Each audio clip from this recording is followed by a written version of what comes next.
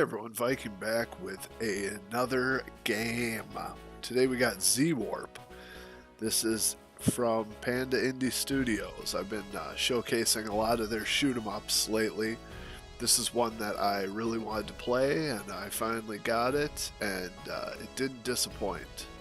This is more of a bullet hell standard shoot 'em up, I think. You got a bomb, a wide shot if you tap the button, and a laser if you hold it down. And the story plot's playing in the background there if you want to read it, and we'll get into it. I'm just going to play through some levels and talk about it, but this is from the studio that brought you Starship Project X, and they got a bunch of great shooters. This is, I think, one of their newer ones.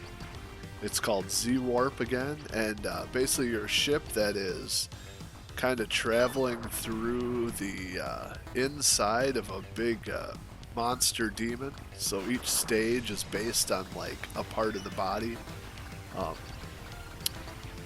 Yeah, so it's kind of a weird premise, but it's cool. You collect the green skulls for your bonus points or multiplier. Your bomb is the little circle that builds up.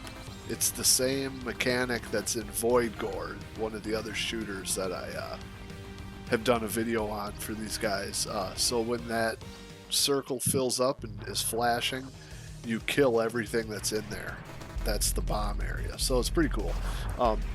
When you're doing the laser shot here that you can see, your ship moves slower, so you kind of got to cycle between moving slow and then using the spread shot and using your bomb to clear out the bullets. As you see here is what I'm doing. So there's a lot of different techniques to try to maximize your score and pass the levels, but it's wild, it's crazy. You know, a lot of these games have such flashy lights and over-the-top style that they have seizure warnings and before you play the game, so be warned if that bothers you from watching this. But yeah, it's nice because this is a standard format shoot 'em up, kind of vertical shooter, which a lot of times, like Null Drifter, the one I did before this, is like a twin stick little arena spaceship shooter. So this is more of your standard, and it's really sweet. It's a little tricky, but once you play it, like I said, you kind of memorize how the enemies come through. So there's a story mode, which I'm going through here, and then there's also an endless mode. See there, I messed it up. I'm going to take some damage. But there's also an endless mode, which I believe is procedurally generated enemy attack patterns. That's usually what it is with Panda Indie Studio games, but I don't know for sure. So you have the story mode is a set layout, then you have the endless mode, which is go until you die, and the stages just keep you know, repeating so you go for high score. But yeah, they got cool bosses with cool attack patterns. I would say this is more of a bullet hell type shooter because I'm on a lower difficulty here than the standard difficulty they want you to play on is hardcore. So I mean, I feel like they want, you know, they want to really challenge you in this game. So I'm on a lower difficulty, I think medium or something, but yeah, I mean, there's a lot of bullets to dodge here, and the attack patterns are crazy. So second boss down. That last stage I think was the intestines, wasn't it? And the next one I think is, let's see what's coming up. I guess I can't remember. Oh, this is the intestines level. So you're just, or stomach. So you're just kind of like going through, I guess, a monster on the inside, shooting everything up, and the enemies are kind of, I don't know, it's kind of gross and stuff, but I kind of like that. It's interesting. Different than your normal just space shooter with, you know, UFOs and aliens and stuff. So I appreciate that. They switch the themes up. But there's a good variety of enemies. There's a good variety of like shots. I love the neon colors, the bright colors in this game. When I saw it, I was like, oh, I'm picking that up. It looks sweet. And it's been fun. So I really don't think you can go wrong with any of these. Project Starship, Void Gore, Z-Warp. I mean, all these shooters are, I mean, some of my favorites. Like I said, this franchise and this game company is slowly becoming my favorite shoot 'em up makers. And I like how they're just little bite-sized games, you know, $4.99 full price. It's just awesome.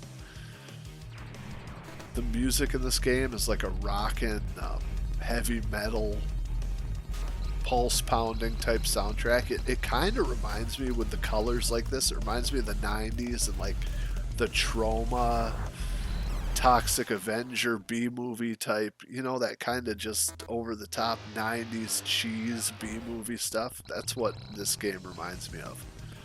And I was a fan of all that. So it's good.